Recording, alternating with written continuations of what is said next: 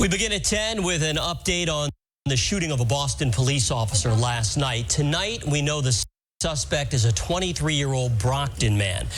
He's under arrest as the officer recovers from his wounds at Boston Medical Center.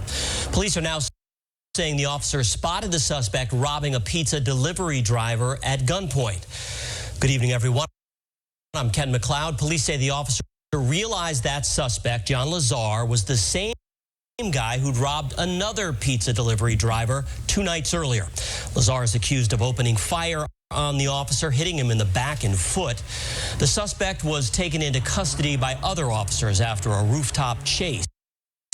He was hurt when he jumped from a window down into an alleyway. The police commissioner gave an update on the incident this afternoon, saying his officers showed great restraint.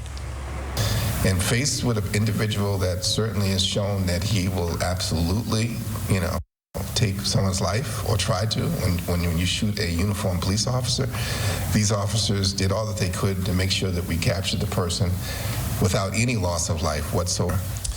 Tonight, the officer who was shot remains at Boston Medical Center. 2 other officers were also injured during the chase, but they were not shot. WBZ's Laura Hafley will have more on this later on in the newscast. A Boston firefighter was injured battling an early morning blaze at a multifamily home in Dorchester. The flames broke out at about 3 a.m. on Adams Street. A firefighter suffered minor injuries and went to the hospital. At least 7 residents need another place to stay, and the Red Cross is helping them.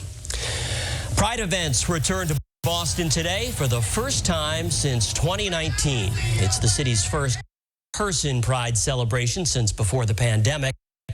And with the recent pushback against the LGBTQ community, WBZ's Paul Burton says the goal was to show that Boston remains a city for everyone. From Copley to the Common, Boston's Pride Parade was full of energy, music, and colors. It's really emotional. It's emotional. Glad to be here. We need to all be to celebrate pride and inclusion and equality for everybody. Tens of thousands lined the streets as the mile-and-a-half-long parade made its way through the city.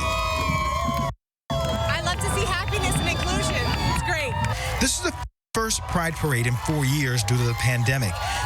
This year, the festival was being led by a new organization founded in 2022 called Boston Pride for the People. This year's theme, Bridging the Gap and Bringing It Back. There are gaps in how folks felt included and felt a part of what we're creating. So we're bridging those gaps. There aren't gaps in our community anymore, and bringing it back, bringing back what Pride started as and what we're building on. Governor Maura Healey became the first Massachusetts openly gay governor to march in the parade.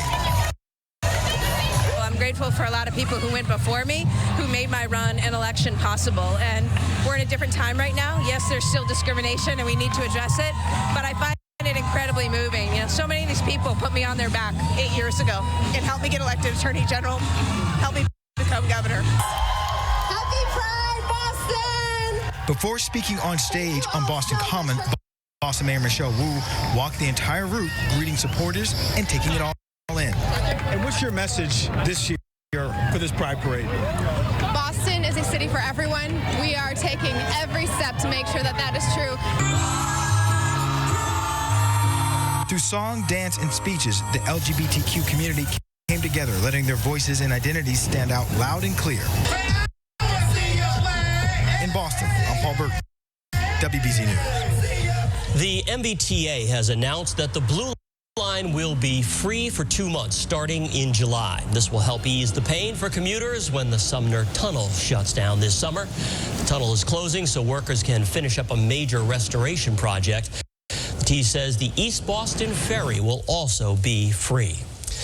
An organization that mentors youngsters through basketball honored a life lost today. At its kickoff event in Boston, No Books, No Ball paid tribute to 13-year-old Tyler Lawrence, who was shot and killed earlier this year. Those in attendance included Tyler's mother, who told us how important this event is to her family.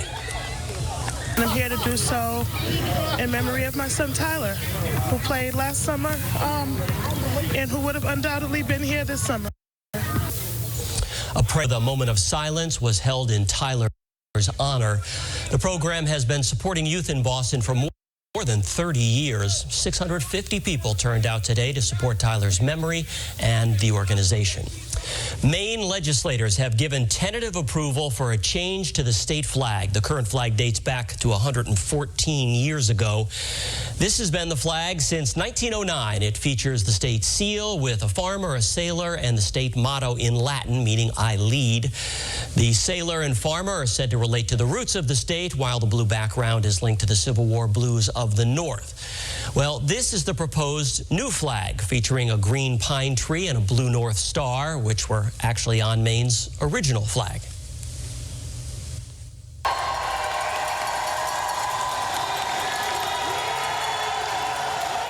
The Summer Games of the Massachusetts Special Olympics are officially underway after torch runners carried the flame of hope to Harvard University on Friday night and lit the cauldron for the opening ceremony. Athletes with disabilities and their unified partners will be competing throughout the weekend. A wildlife rescue has saved 2 clutches of osprey eggs on Cape Cod. The eggs were plucked from chimneys in Falmouth and Osterville. And WildCare is sharing these images of 4 newly hatched baby birds. Once they're 5 days old, they'll be placed into wild foster nets where, hopefully, a mother osprey will take them in as her own. All right, let's get a check of the forecast now with Chief Meteorologist Eric Fisher. All right, Ken, thank you very much. As we make our way into the overnight, cool evening, back into the 50s across the area, still 60 in Boston. We'll see mainly